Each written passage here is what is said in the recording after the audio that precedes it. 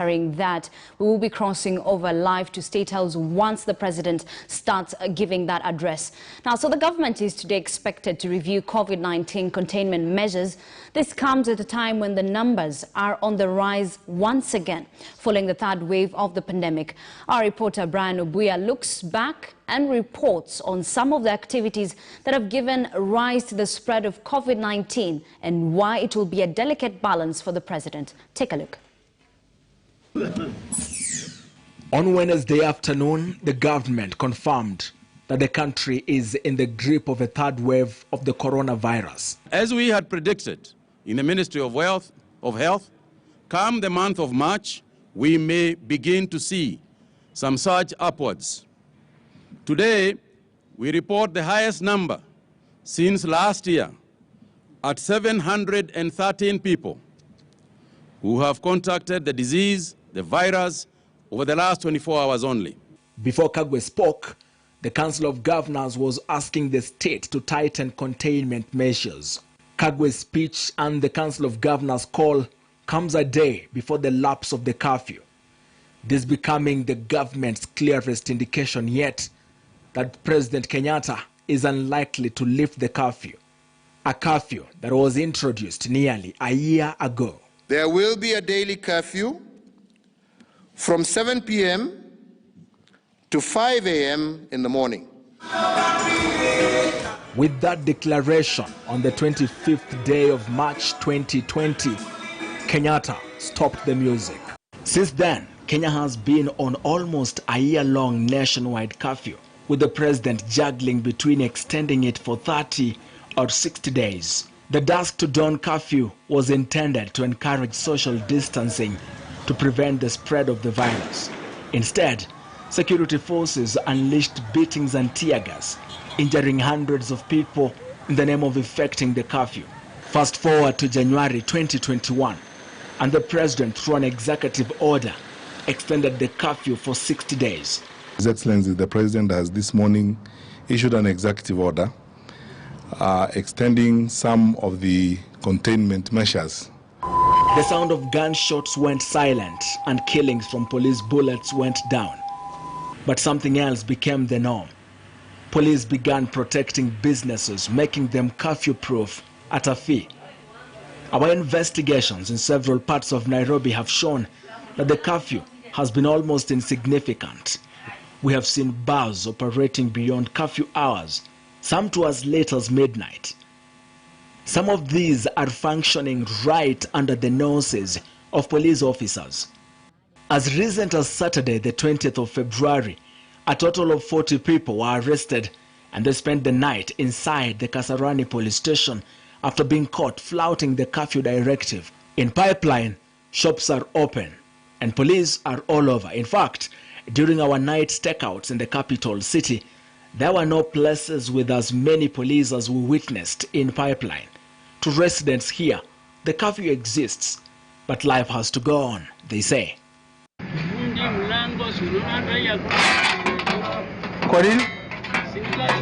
And we realized you cannot access most of these pubs, bars and video halls unless you have a prior agreement with the operators. Club. Ni club? Hapo ndo nataka kwenda. Hiyo ndio inaitwa leaders. Leaders. Hiyo ni leaders. Oh, ni zile mingi. Watu ni tudogo tu ndio tunaitwa leaders. Na huwezi funguliwa kama hujulikani. Una mtu anakujua? Hapana. Kama huna mtu anakujua kuna mtu anakujua. In places like Kangemi and Kawangware, it is fairly quiet.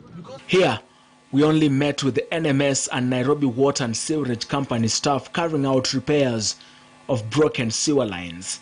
But from as far back as mid last year, the curfew was being violated, but largely adhered to.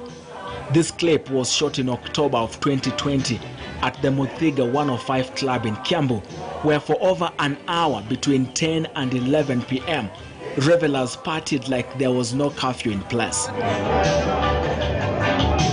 At the Quivers Club along Thika Road, similar scenes would be witnessed right on the highway, where police will time to time erect a roadblock. But as citizens adhere to the curfew directive, questions have been raised about the political activities in the country.